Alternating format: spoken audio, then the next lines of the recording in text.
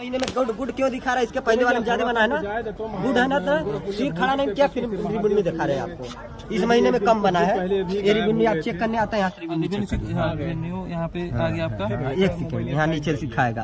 ये देखिए 3000 3000 3000 5000 बना है ना इस महीने का।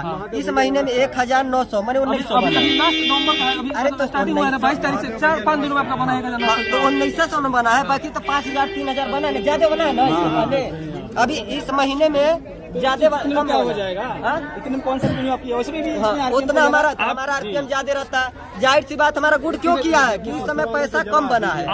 आप एक लाइन में बता रहे हो, वो दूसरा कोई बना है, कमाया दूसरा कोई, हमारा एक लाइन मुझे बताइए। आप बड़े क्रिएटर हैं, आप बड़े क्रिएटर के चैनल पे हम लोग बोले हैं भैया, अपने चैनल पे कम बोले हैं। कोई भी चैनल खोल के चेक कर लीजिए, हमारा गुड ही लिखा है भैया। एक मिनट मेरी बात सुनिए। आप बड़े क्रिएटर हैं, आपका नाम बहुत, अगर मैं सुन लीजिए मेरी बात पहले मेरा सवाल सुन लीजिए। आप बड़े क्रिएटर हैं, आपको लोग बहुत अच्छे तरीके से जानते हैं और लोग आपका विरोध कर रहे हैं कि आप जितना पैसा कमाए हैं व्यूज के चक्कर में, तो क्या जो पैसा आप कमाए हैं क्या वो देंगे?